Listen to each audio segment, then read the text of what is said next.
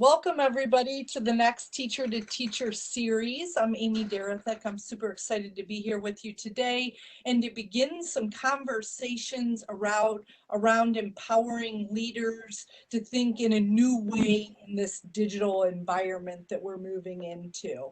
I am absolutely pleased today to have a number of guests with us to begin to talk about essential practices to become a change agent for leadership.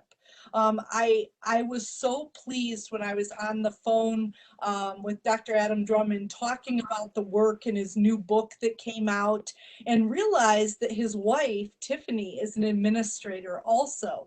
And so we have roped her into this conversation for today, and I am thrilled to have both of you here. Thank you so much for joining us. Thank you, Amy. It's great to be here, and we're excited to be having this really important conversation amidst the new learning that's almost turned on a dime here overnight globally.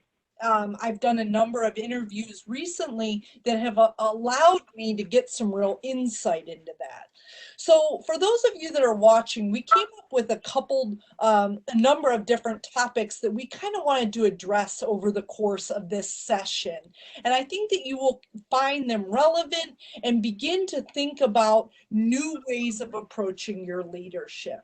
So if you don't mind, if we could start with relationships, what do you see as the most important in building relationships with our staff and with our students in this remote environment?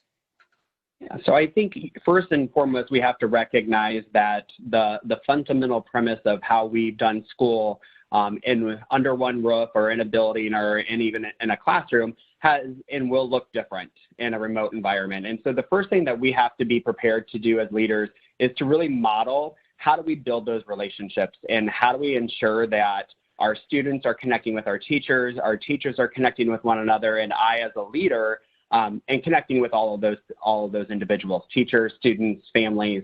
And so one of the first things to think about is how can you have that person-to-person communication. So when you're talking about your staff, are you talking with your staff on a weekly basis, picking up the phone and having a call with them and checking in on them and how they are as a person? In this society, we have transitioned to so much of a text-to-text environment. Yes. That our phones tend to be more for all of the other things than what they actually were intended for, right? Which is to actually pick up a phone and have a call. And so I think that's one thing that we can start to do immediately is making sure that we're having those opportunities for face-to-face contact via the phone. Absolutely, and having teachers who are going through a remote learning experience for the first time in an extended environment, what we've done so far is like 2 weeks of remote learning at once, and then we have a break, and then we're going to go back for another 2 weeks, and we kind of have that cycle in place. So in that day-to-day, I know I made it a point to reach out to my teachers every day. Just to provide us feedback on their lessons, but also to check in with them. Also, in my role as administrator, lots of resources are kind of coming at me from different places. So I've been trying to kind of screen those for my teachers and send on the ones that I think they might like, just because I know that they're developing more remote learning lessons now than they've ever done before, very much quickly with little notice. And so I'm trying to still give them the support that they need and whatever that looks like. So some teachers are more receptive to a phone call. Some like, to get just a quick email with what they need. So just kind of checking in with people where they're at and kind of reaching out to them as much as possible. So if I hear you correctly, some of the stuff that you're talking about, you gave us very specifics, right? Weekly and daily communication with our staff, providing feedback on lessons. Well, we can only provide feedback, right, if we actually look at their lessons.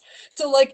How are we collecting and having dialogue about the work and the lessons that they're putting together? But you talked about two other buckets, student and family communication also. Mm-hmm. So if I'm an administrator sitting here looking at this conversation that we're having, there's 3 checklist things that you can do to say, okay, how am I communicating with my teachers? How am I communicating with my students? Tiffany, how are you communicating with your students at your school at this point? Yeah, so what we are doing, we have a variety of different ways. We use a messaging device that sends out messages to all families. Then we have an online learning management system that we can email students through there. They also have school-issued emails. So within their online classroom, we can converse with them. We've also incorporated some video conferencing into that teachers can schedule like a time to meet as a class for those who are available and have, you know, the adequate resources to do that. But then we actually are picking up the phone too. And what our district has done is we've compiled, you know, a shared document, and the teachers reach out first if there's something that they're seeing the students aren't doing. And then once the teachers have made that contact, we as administrators are actually picking up the phone and calling families to see what the disconnect is. Is it that they don't have Wi-Fi? Is it that they don't understand the assignment? Just where are they at with their work, and helping them to understand that even though they're not face-to-face with their teacher, their assignments are still there, and what support do they need to get those done. That was really insightful, just to call those families and just to find out, you know, where are you at? What can we do to help? Our district's done different things like set up Wi-Fi hotspots in our parking lots, which sounds crazy, but it's a way to get that Wi-Fi out so families can drive in, maintain their social distancing, but also have access to the internet so they can do their assignments.